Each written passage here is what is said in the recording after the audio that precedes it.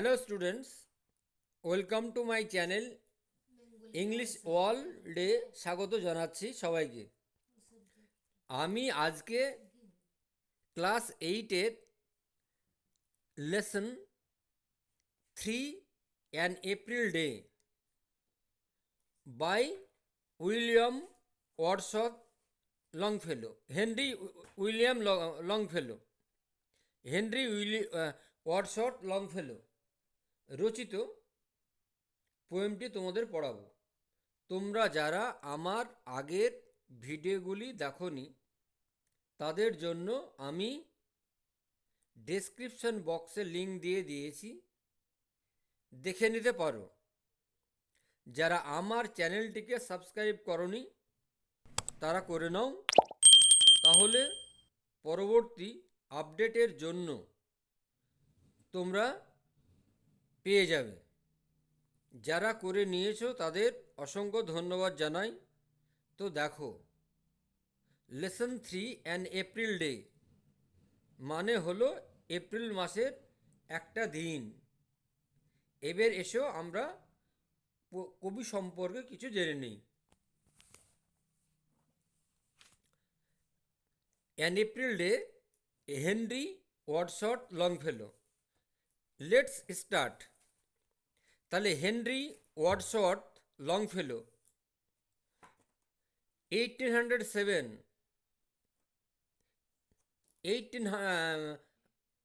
from 1807 to 1882 was one of the most famous American poets of Henry Wadsworth Longfellow জন্ম হচ্ছে 1807 সালে আর মৃত্যু হচ্ছে 1882 সালে। Was one of the most famous American poets of this day. এই একজন বিখ্যাত আমেরিকার কবি এই দিনে, আজকের দিনে বাসী। লংফেলো ইজ ওয়েল নোন, লংফেলো সুপরিচিত হয়ে আছেন ফর হিজ লিরিক ব্যালুডস, তার কবিতার জন্য। নোটেড, বিখ্যাত যেগুলো, for their মিউজিক্যালিটি,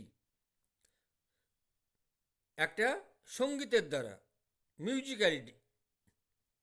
his first major poetry, তার প্রথম কবিতা collections were voices of the night 1839।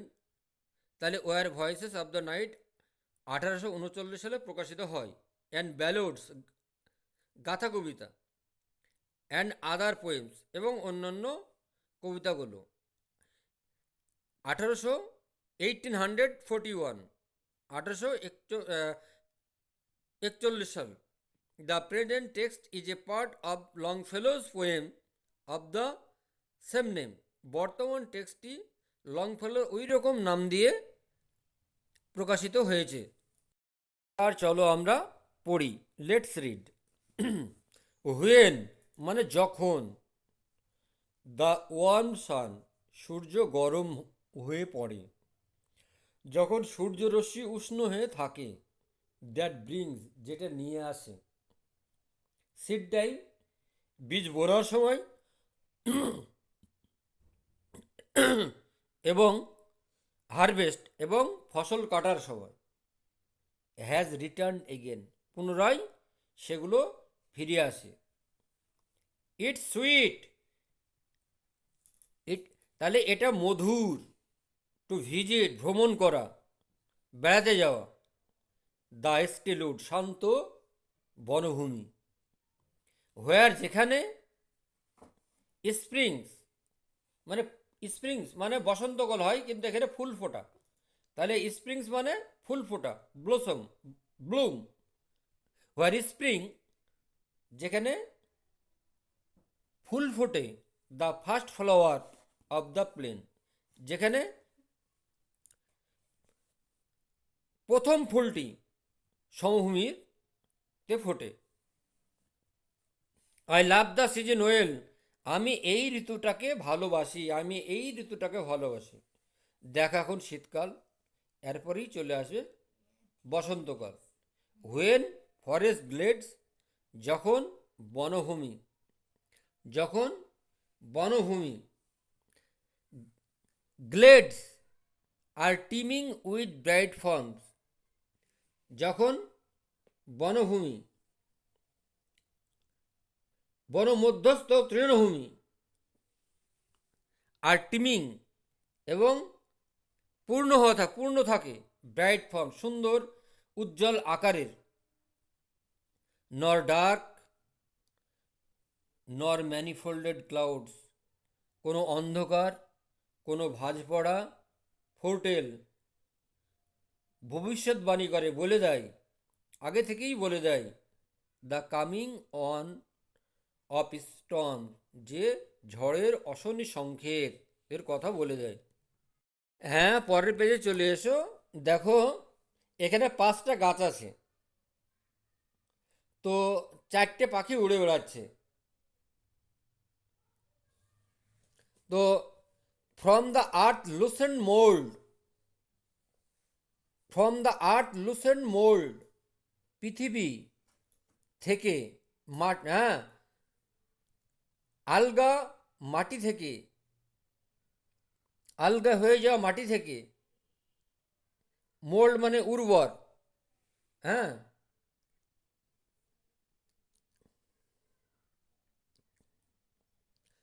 The sapling ড্রজ is sustenance, চারা গাছগুলো টেনে নেয় এর রসদ, এর খাদ্য, অ্যান্ড থ্রাইভস, আর বৃদ্ধি পায়, বেড়ে ওঠে, দো স্ট্রাইকেন, যদিও স্ট্রাইকেন আঘাত হানে, টু দ্য হার্ট, বুকে, উইথ উইন্টার্স কোল্ড, শীতের বুকে আঘাত হানে, শীতকালে বুকে আঘাত হানে, দ্য ড্রুপিং ট্রি রিভাইভস, তখন ঝুলে পড়া গাছগুলো পুনর্জাগরিত হয়, দ্য সফটলি ওয়ারবেল্ড সং, এবার মিষ্টি মৃদু ওয়ারব্লেড সং,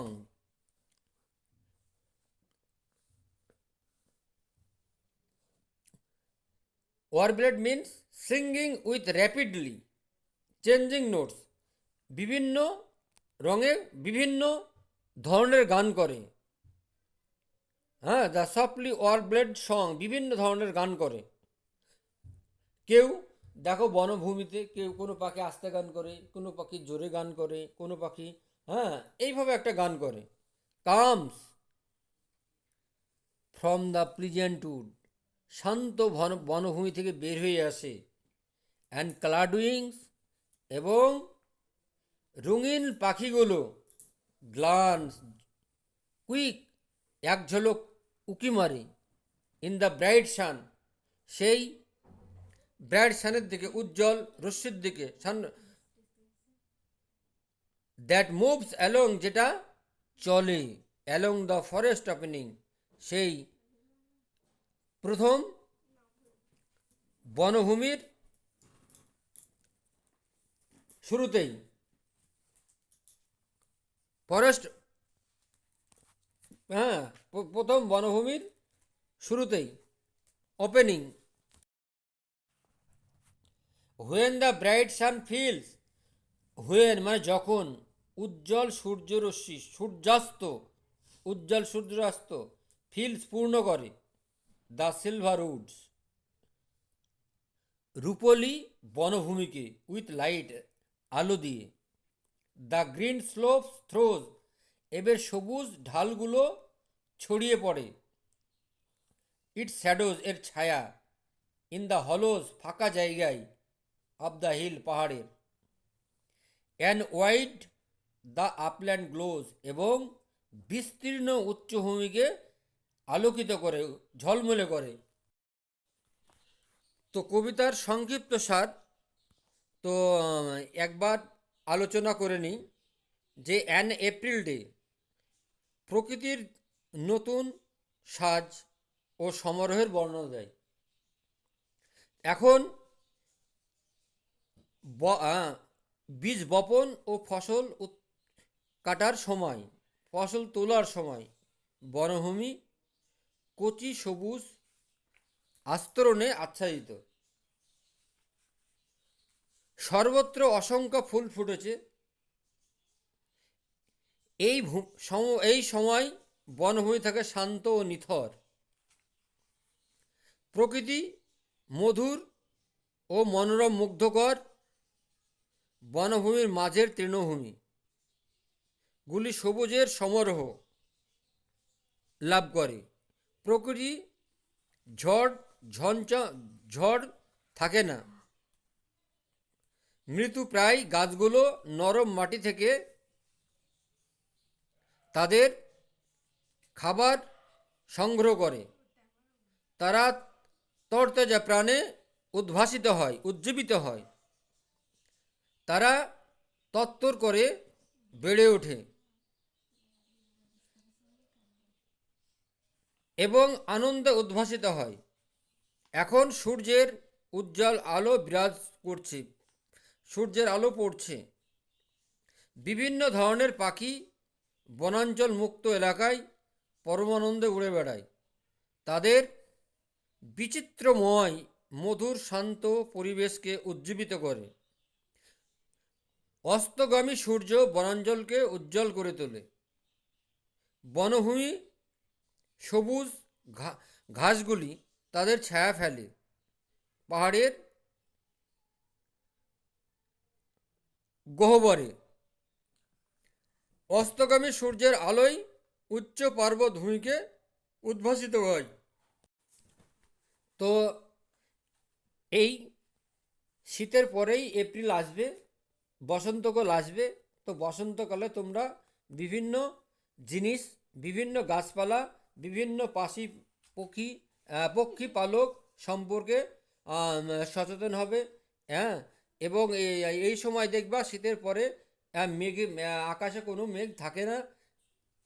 হ্যাঁ, এইসব জিনিসগুলোই তোমরা বুঝতে পারবা।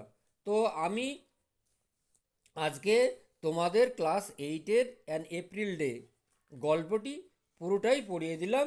নেক্সট ডে আমি অ্যাক্টিভিটি সলভ করে দেব। ভিডিওটি ভালো লাগলে লাইক, কমেন্ট, শেয়ার করে দিও। আজ এ পর্যন্তই, বাই।